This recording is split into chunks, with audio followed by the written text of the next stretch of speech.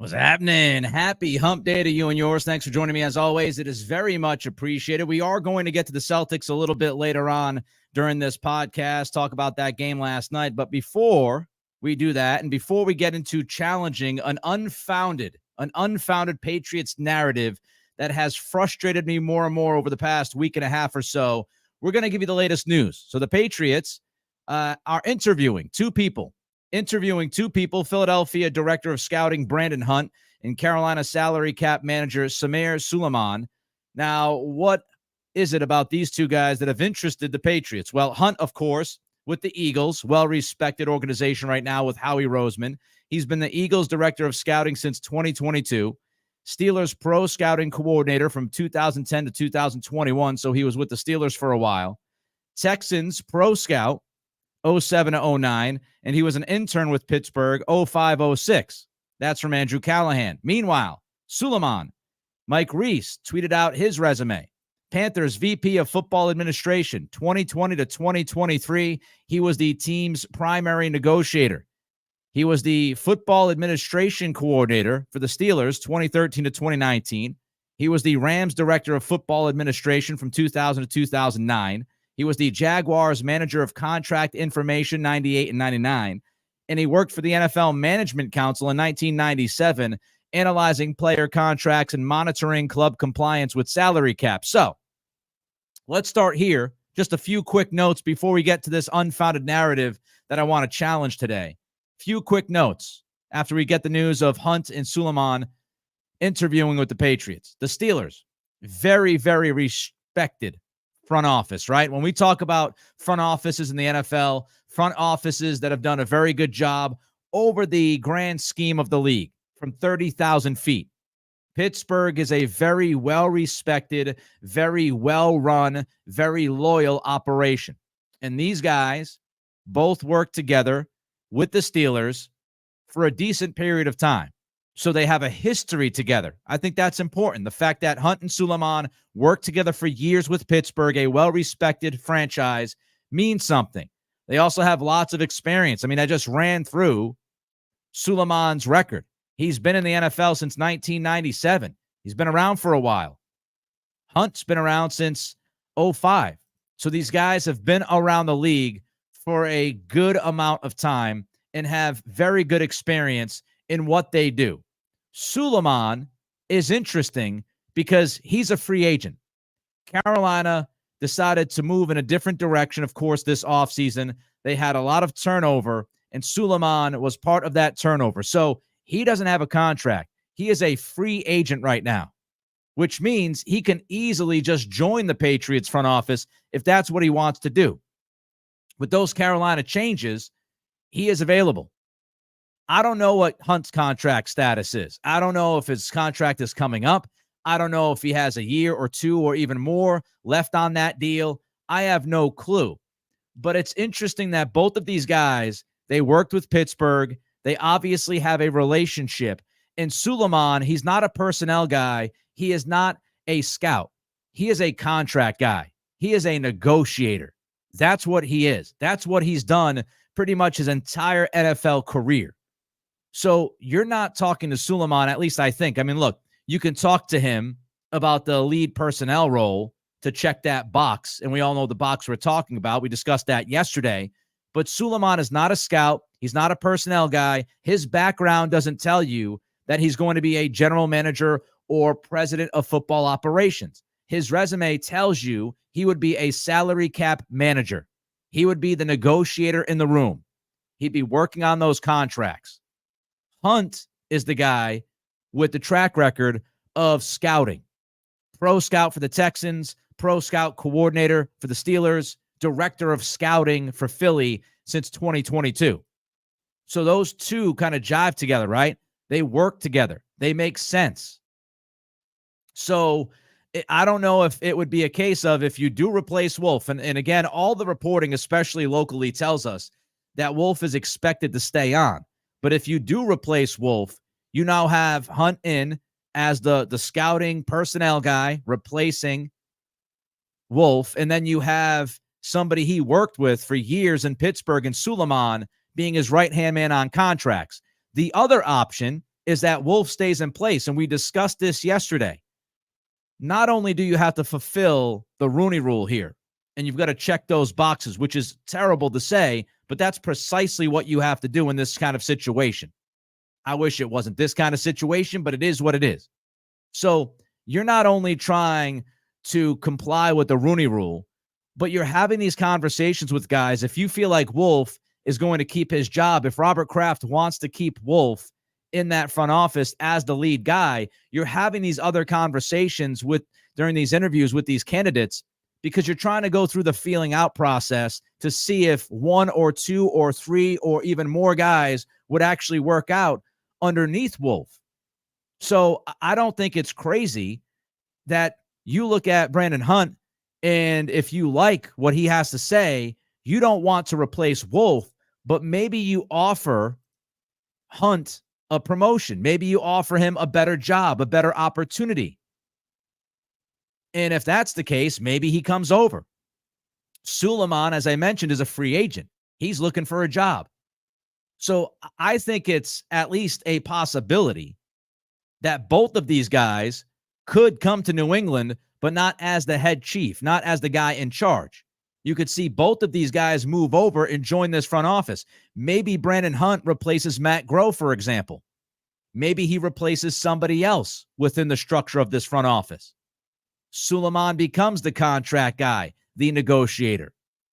So we'll have to continue to look at that story and see what happens. Don't forget to give us that like. More thumbs up means more eyeballs, more traffic to the YouTube channel. Continue to support this program during the slow football times. Appreciate every single one of you. Give us that thumbs up, subscribe, rate, and review on Spotify and Apple Pods. All right, let's get to this narrative.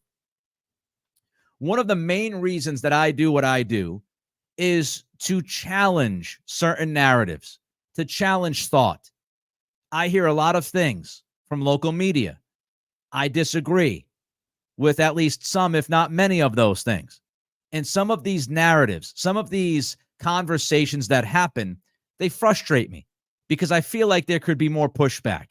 There's always more than one side to a narrative, more than one side to a story, more than one side to a radio show, or at least there should be. There should be some natural pushback. And there is a narrative that's been built around the Patriots draft that has annoyed me. And it has built some momentum in some corners. And the narrative is Elliott Wolf was unprepared to move back into the first round or second round, or he wasn't aggressive enough. He didn't try hard enough. And I am here today to push back on that narrative.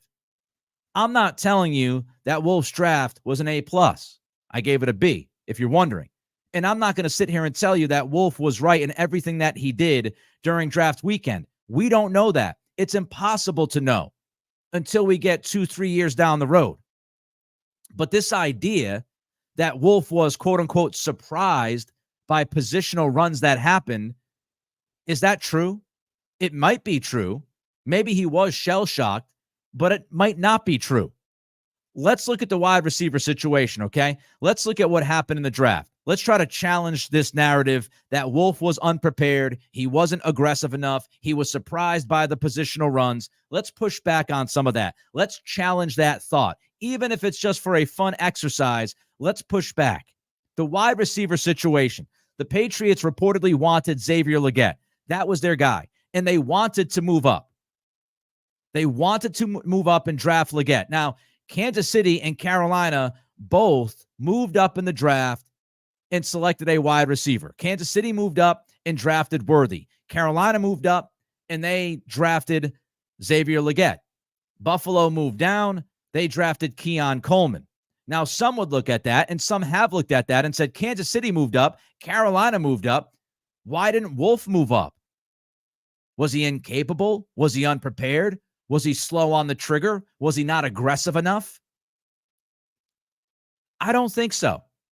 Let's look at the context. Let's look at the particulars. Number one, the Patriots tried to trade up. That's been reported everywhere. Burt Breer had it. Mike Reese had it. Cameron Wolf of the NFL Network had it. Everybody. I think Mike Giardi had it. Elliott Wolf tried to move back into the first round, which means that he was prepared to make that move. He tried. He made the phone calls. Well, trying's not good enough, Nick. I understand. But let's look at the details. Let's look at the context. The people that are pushing this narrative that Wolf wasn't ready, wasn't aggressive enough, they're missing a lot of the context. They're not giving you the details. They're not giving you the reported truth to what happened on draft weekend. Let's start here.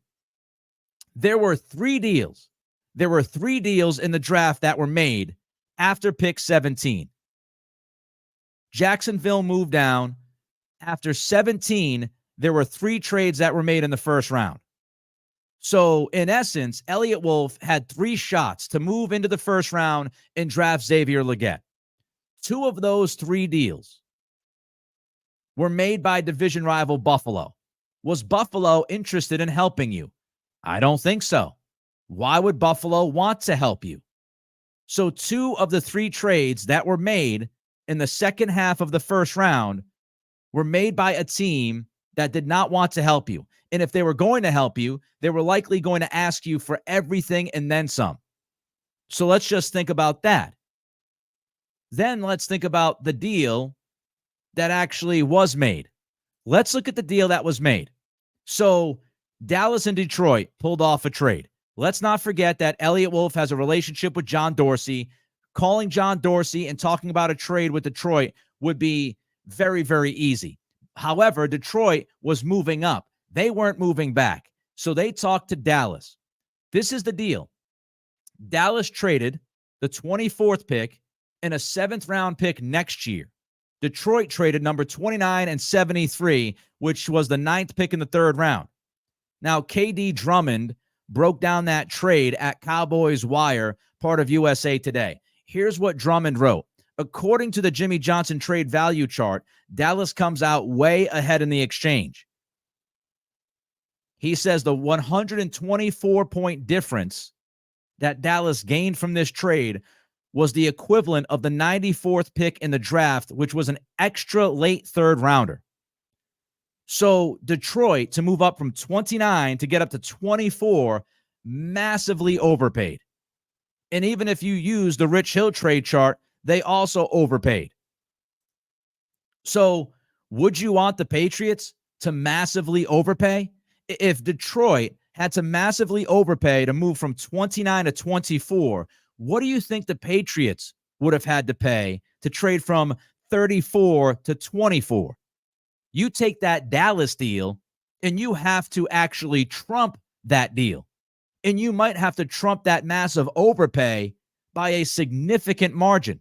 Did the Patriots even have the means to make that kind of deal? And would you be willing to move up from 34 to 24 and give up an absolute freaking haul for Xavier Legette? Or were you better doing what Elliott Wolf did, which was trade back, gain a 4th round pick, and draft Jalen Polk? That's the conversation that you have. It's not just, oh, yeah, we're just going to throw it up against the wall. We're going to trade up to 24. Easy peasy, 1, 2, 3Z. We have our wide receiver. It's not how this works. That is not reality. Some in talk radio, some on TV, some even writing might try to make you believe that's how this works. But when you look at the context and what it would have taken, 34 to 24 wasn't happening. So the one deal that did not involve Buffalo was not going to happen in the second half of that first round. We've got more. Don't forget to take a second of your time to give us that like and subscribe. If you like what we do, support the program, and that's how you do it. Rate and review, Spotify, Apple Pods. Let's look at the next trade. The Buffalo Bills and the Kansas City Chiefs. The Bills traded number 28, number 133, and a 7th round pick. Kansas City traded number 32, number 95, and a 7th round pick. So Kansas City swapped a 3rd rounder and a 4th rounder to move up from 32 to 28. That was the move. Now let's establish this. Buffalo would have asked for more from New England. There's no doubt. Buffalo would have asked for more from New England than they asked from Kansas City, in division rival. So hypothetically, though, if we weren't going to go off of that, to move from 34, to make that move from 34 to 28, you would have had to trade, best case scenario, 34 and 68. Are you doing that? Are you trading 34 and 68 for 28 and 95? Are you dropping almost 30 spots in the third round to bring in somebody like Xavier Legette? Would that be worth it? Or would you rather keep that third round pick at the top of the third round instead of the bottom of the third round, draft a tackle in the third round, and draft a wide receiver in the second round while picking up an extra fourth round pick? Again, that's the conversation. If you make that deal with Buffalo, if you make that hypothetical trade, yes, you draft Xavier Legette, but who in the blue hell are you drafting at 95 for your offensive tackle? People have issues that the Patriots decided to stick and pick at 68. So you can't sit there and complain about sticking and picking at 68 and not making a move up into the board back into the second round for a tackle and complain that they didn't move back up into the first round for a wide receiver. You couldn't do both. Now, you could argue about moving up for a tackle. There's no doubt about that. But we're looking at wide receiver right now. We'll get to tackle later. So how do you tell me that we look at that draft and we say that Elliott Wolf was unprepared?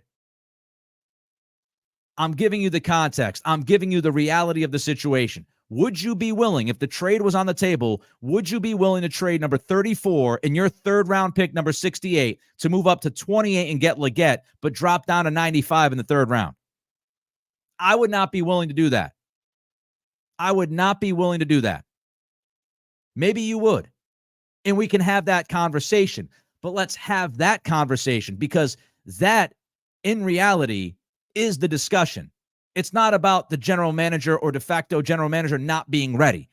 That's not the conversation. The conversation is, would you have made that deal if Buffalo wanted to make the deal? And I don't think Buffalo wanted to make that deal. Which brings us to the third deal in the second half of the first round. Some people are angry. Why didn't the Patriots move up from 34 to 32? Buffalo was willing to wheel and deal. Well, Cameron Wolf of the NFL Network, he reported that Buffalo shopped the offer from the Patriots. The Patriots, Wolf made the call. He talked to Buffalo. Buffalo took the offer that was on the table from New England, and they pivoted to Carolina and said, this is what New England is willing to give us. How can you beat that deal? Carolina's sitting at 33. You're sitting at 34. So that makes it easier right out of the gate for Carolina to beat your offer, because Buffalo doesn't have to move down from 32 to 34. They only move down one spot. What does that do? Well, if you have that conversation with Carolina and you know they want to draft Xavier Legette, and we knew that before the draft because Legette went on a podcast and told the whole world that Carolina told him that they were going to draft him at 33 if he was still there on the board. So Buffalo wanted Keon Coleman. If you trade with the Patriots and you drop to 34, then what happens? The Patriots draft Xavier Legette. Does Carolina draft Keon Coleman? Or do the Patriots draft Keon Coleman and the Carolina Panthers draft Xavier Legette? Now the Buffalo Bills just shot themselves in the foot. And once you got past Brian Thomas Jr., the conversation began. Keon Coleman, Ladd McConkey, Jalen Polk, Xavier Legette, those 6 or 7 guys in that next tier. A.D. Mitchell, who dropped back into the 50s because I would have to imagine character concerns, because it certainly wasn't talent. So Buffalo, first of all, doesn't really want to deal with you because you are a division rival. Second of all, it doesn't make sense for them to deal with you because they might take themselves out of the race for the guy that they want, who was Keon Coleman. So they make the deal with Carolina. They slide back one spot. And of course, Carolina gets their guy in Legette, and Buffalo gets their guy in Keon Coleman. That's the reality of the situation. That's how the draft played out. That's how it played out. I'm not telling you that Elliott Wolf will end up being right. That is not the point of today's podcast. The point of today's podcast, this segment specifically, is to challenge what I find to be a lazy narrative that the Patriots did not move up back into the first round because their GM was a big fat dunce, lost on draft night. We just went through all of it. The 3 trades that were made in the second half of the first round, 2 of those deals being made by a division rival, the details of those deals and how much the Patriots would have to pay, if not massively overpay. And when you put all of that together, it's reasonable. It's at least reasonable to say Elliott Wolf made the right decision to not massively overpay to go from 34 to 24 and take that Dallas Cowboys pick. Not with what you have. The Patriots have so many holes. They did not have the luxury to just deal extra picks and massively overpay to move up for a guy like Leggett. Unless you thought that Leggett was a can't-miss superstar. And even if you did, it's still, to me, way too risky given the situation the Patriots were in. They had to address, and that was the unfortunate part of the draft, folks, they had to address 3 critical holes. And for people who are wondering why did they go after Calvin Ridley? Because of just that. Ridley cost you money. So when you didn't land Calvin Ridley, you had 3 gigantic holes to fill.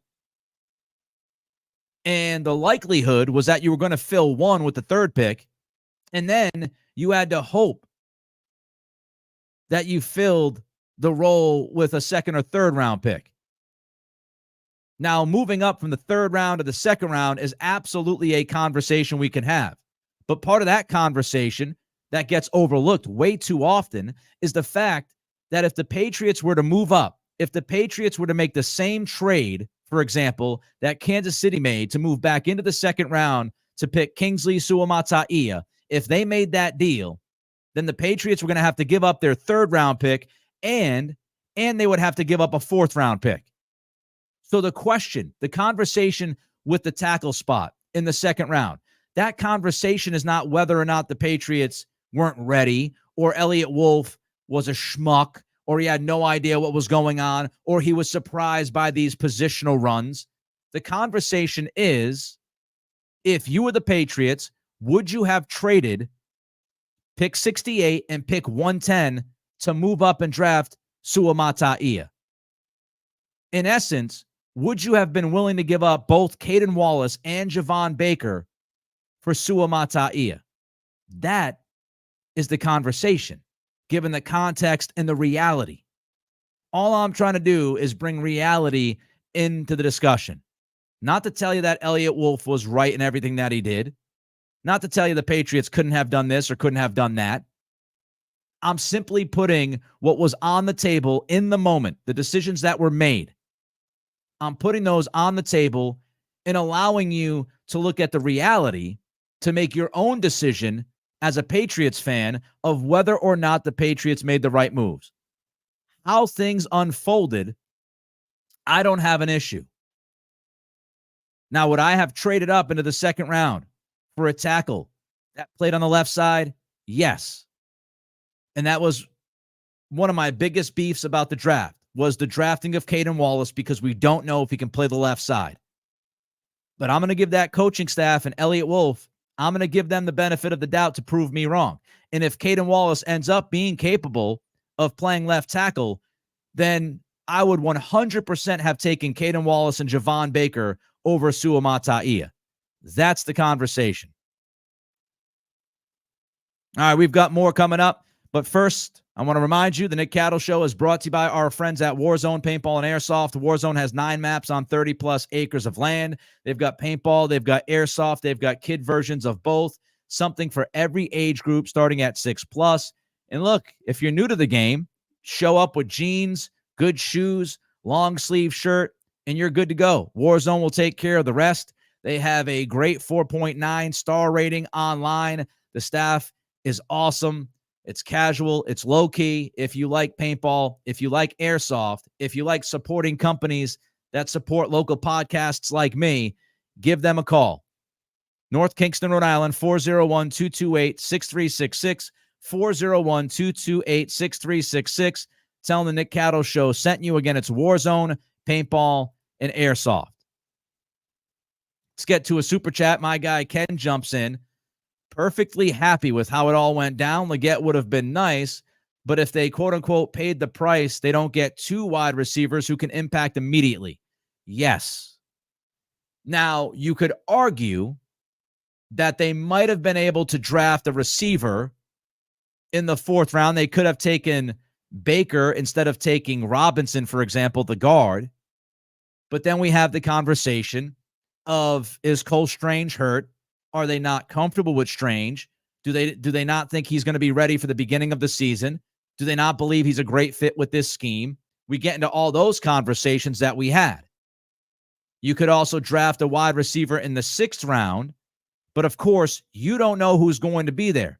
If you've got Baker staring you in the face in the 4th round, and you like Baker, which obviously they do, then you would take Baker instead of hoping, praying, wishing that a good receiver would be available to you in the 6th round. These picks are made in real time, folks. These trade negotiations, they happen in real time. And what I try not to do is just throw stuff up against the wall. And I look at what actually happened. And what actually happened in that draft was that there were only 3 trades in the second half of the 1st round, and 2 of those were made by Buffalo. And Buffalo was not interested in helping you out. The other deal was a massive overpay. So that's the conversation. And I feel like there's way too many people that have a voice that haven't at least raised that question in those questions. And it's not to say, again, that Elliot Wolf was right. It's just giving you the ultimatum. Do you take what is on that table? Would you rather have Xavier Leggett in no tackle pick at 68 and have to deal with a pick at 95?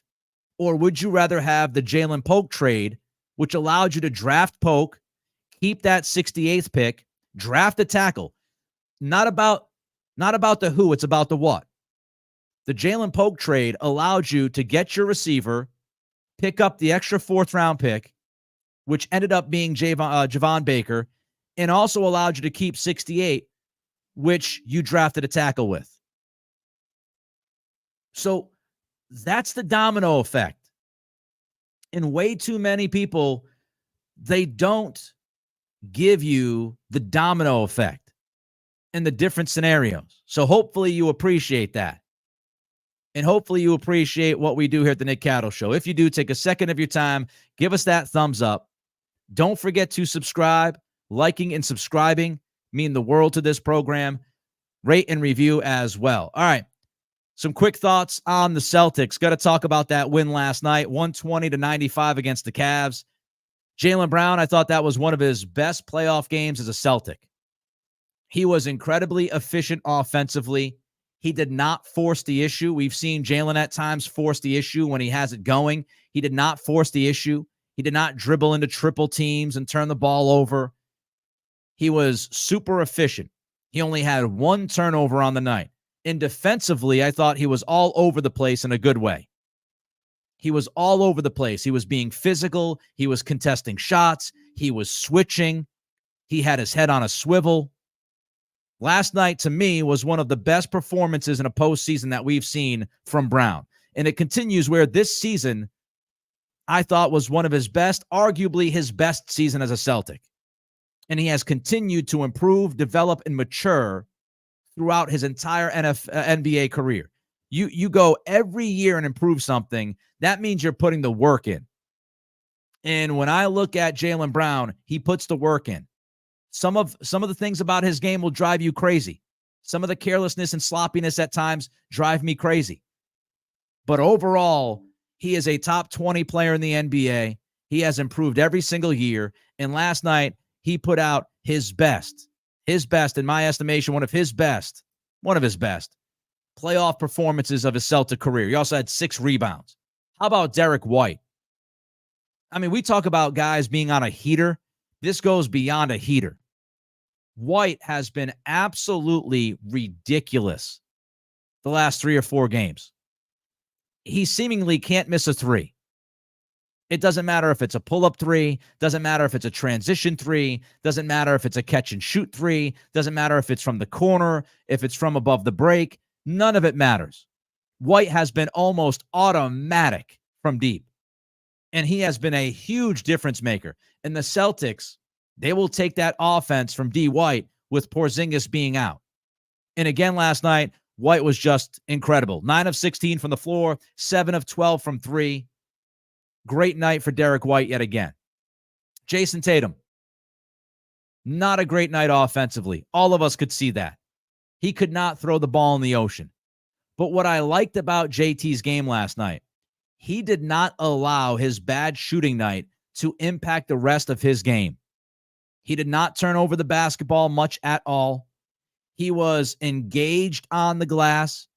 He did a fantastic job rebounding. I thought defensively, he was focused. He picked up pretty much every Cav during that game last night and did a good job. So I thought the great thing about Tatum was that he did not allow the awful shooting to deteriorate the rest of his game. And maybe a younger Tatum allows that to happen. Maybe a younger Tatum, because he's not shooting well, maybe that does affect him on the other end. His defense suffers. His rebounding suffers. Didn't happen last night. And I thought, I tweeted this, if you want to follow me, at Nick C Radio. Again, it's at Nick C Radio.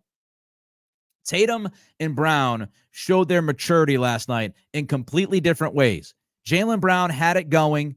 He didn't force the action. Shows maturity. Tatum did not have it going. Decided that he could impact that game defensively and on the glass. And that's what he did, showing maturity. And that's what could be the difference this year. We look at past years with the Celtics. We look at some of the struggles in big games at times from Brown and or Tatum. And it was they were trying to do too much. They didn't trust their teammates. You're seeing, at least up until this point, you are seeing a much more mature Jason Tatum and Jaylen Brown. And their approach has been more professional so far to this point in this postseason. Great for the Celtics. Other stuff about last night's game. Their half-court defense, after the first quarter especially, was really good. They were fighting through and navigating screens well, whether it was White or Holiday or Tatum or Brown. They were doing a really good job of fighting through those screens and navigating those screens. They were good at closing out, and really everybody did a good job of closing out. Brown, Tatum, White, Holiday, Luke Cornett closed out on a couple of threes. Horford closed out on a couple of threes. Their closeouts and their contests at the three-point line going to be a huge difference. If they consistently have those kinds of closeouts, those kinds of contests, if their perimeter defense continues to impact the basketball the way they impacted the basketball against Miami after game 2 and the way they impacted the ball last night against Cleveland, their defense is so damn suffocating. And when Peyton Pritchard came in, I'll give a shout out to Peyton because he was up in the airspace. He was impacting the ball. He was playing with some force. And when you have their perimeter defenders playing with that kind of force and making things uncomfortable on the handlers and creators and shooters, everything else falls into place. Their rebounding was good. They were on point as far as that went. When you look at Cleveland, and I mentioned this a little bit yesterday, outside of Donovan Mitchell, I don't know how that team consistently scores against this Celtics defense. If the Celtics defense takes this matchup seriously, if they don't take things for granted, if they don't roll the basketball out tomorrow because all of a sudden they blew them out in game 1 and they take game 2 for granted, if they keep their focus, if they keep their intent from game 1 to game 2 to game 3 all the way through, if they continue to do that, I don't know how Cleveland scores enough. When you take away that first quarter last night, I thought that was a lot of bad transition defense and some half-court miscommunication. You take away that first quarter, Cleveland could not buy a bucket. It was Donovan Mitchell and nobody else.